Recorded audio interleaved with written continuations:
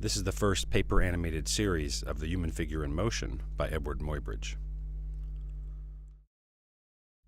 This is a new version of the human body in motion through a multiple digital display screen programmed for the exhibition Suspending Torso by Julian Lee. This reinterpretation of the human body in motion is enhanced by a new media programming technique to create an animated photography trespassing through adjacent spaces on a multi-screen panorama. Julian Lee is fascinated with the photographic studies of Edward Muybridge and Etienne Jules Marais, who explore the movement of the human figure in the 19th century.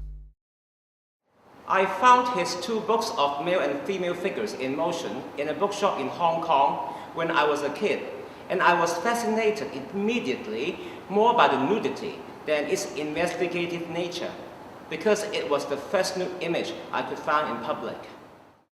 Inspired by Edward Muybridge is a remake in a new medium which in the days of Edward Muybridge could never be dreamt of. To the photographer, the new version is a direct response to the father of motion photography. I call this series Behind Me inspired by Edward Muybridge simply because I mirror his photograph. I remember I saw a film Office by Jean Cocteau that a man enters into a mirror into another world in a very surrealistic manner. I think it is fascinating to express the concept together.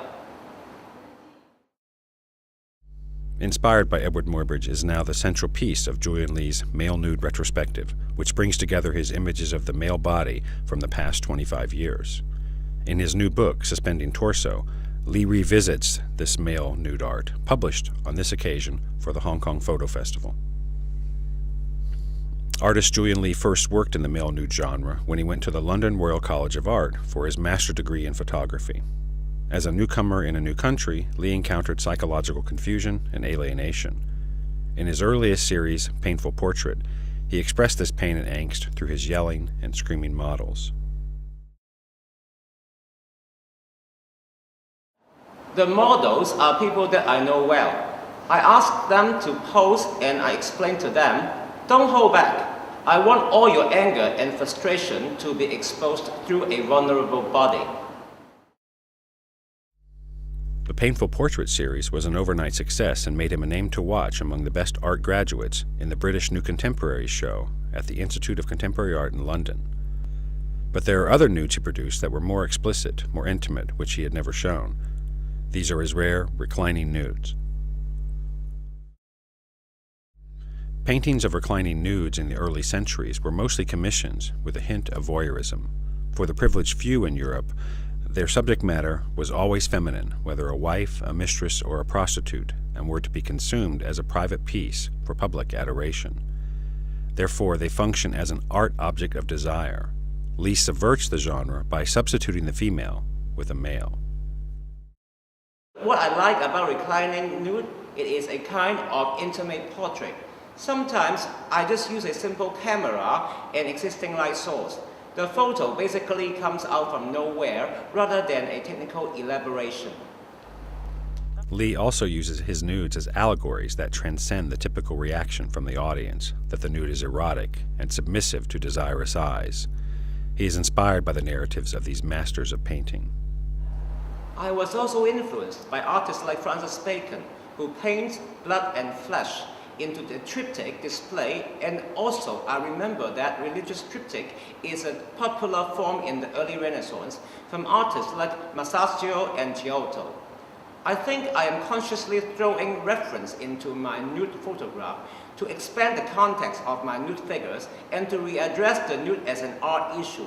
Nude becomes a torso, and I think I'm denuding the nude rather than showing you nudity, which is just the opposite to my earlier nude, because in my earlier nude, I imbue them with a lot of emotion and my own feelings.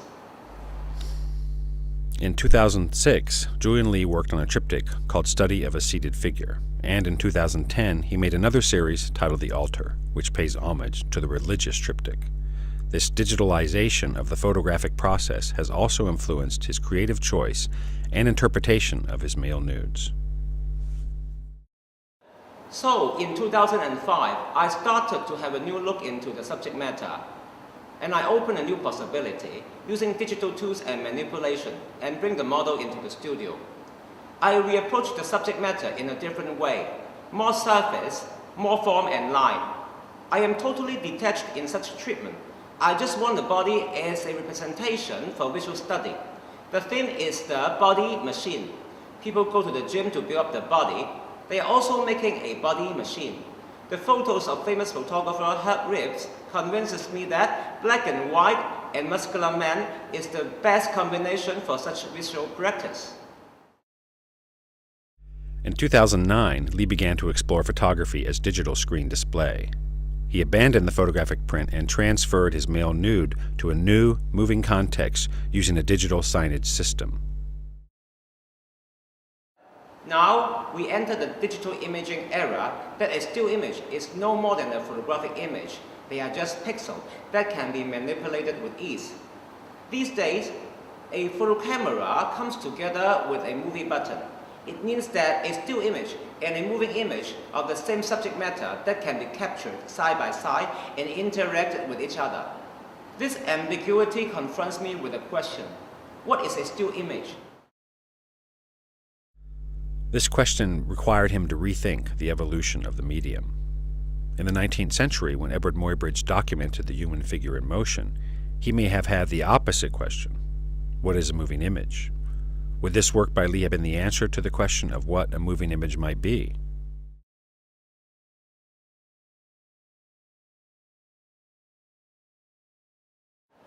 These digital panels are still surface. They allow the still image to go along a spatial dimension. They do not carry any temporal reference, so moving the image across is an animated still image. Not quite animation, not quite cinema, and certainly not completely photographic, Julian Lee's Suspending Torso can now be seen as a culmination, a denouement, and more importantly, beginning to reveal a potentially new genre in contemporary photography.